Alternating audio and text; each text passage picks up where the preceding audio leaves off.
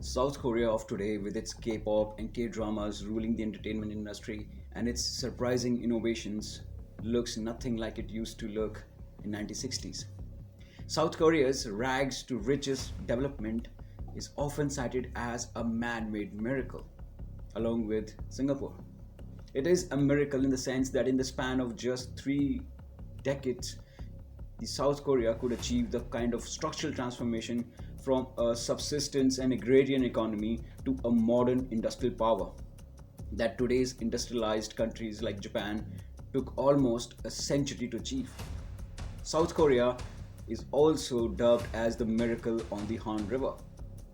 South Korea up to 1960s truly represented a backward and isolated economy based on subsistence agriculture with all the difficulties facing a typical developing country today.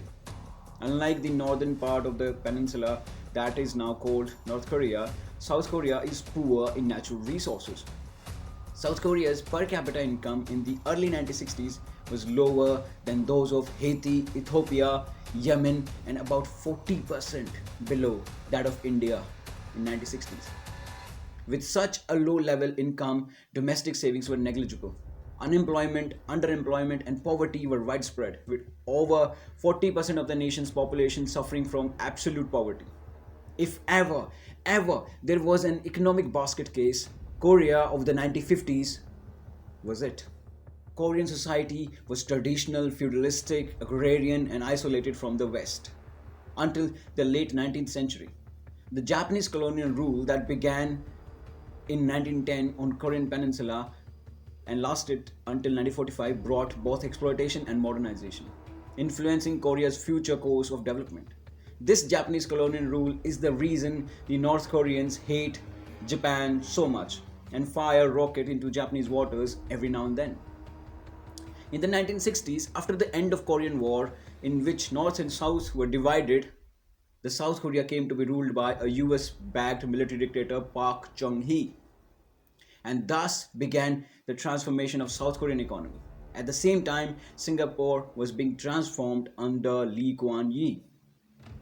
For the next 20 years, the state-guided strategy of industrialization through the development of a powerful export machine worked well. The goal of the Korean military dictatorship was not directed towards regulatory welfarism, as it happens in advanced capitalist countries, nor was it meant to achieve egalitarian redistribution of income, as it happens in classic Marxism.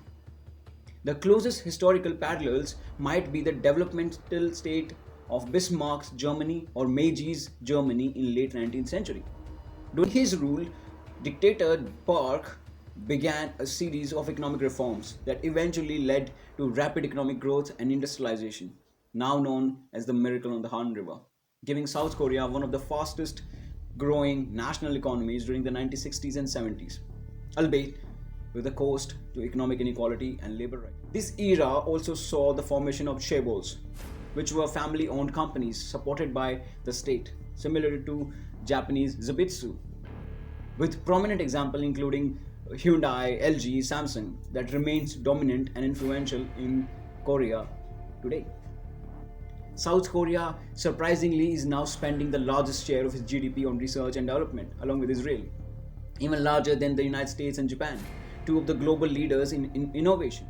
Behind the strong structural transformation of Japan, Singapore, South Korea, China, and Vietnam is the huge American support and dire American corporate need for a cheap source of manufacturing hubs. American corporates pushed and lured these once backward and war-torn economies to transform into American factories. But eventually, these countries ended up overtaking the Americans in the race of welfare and development.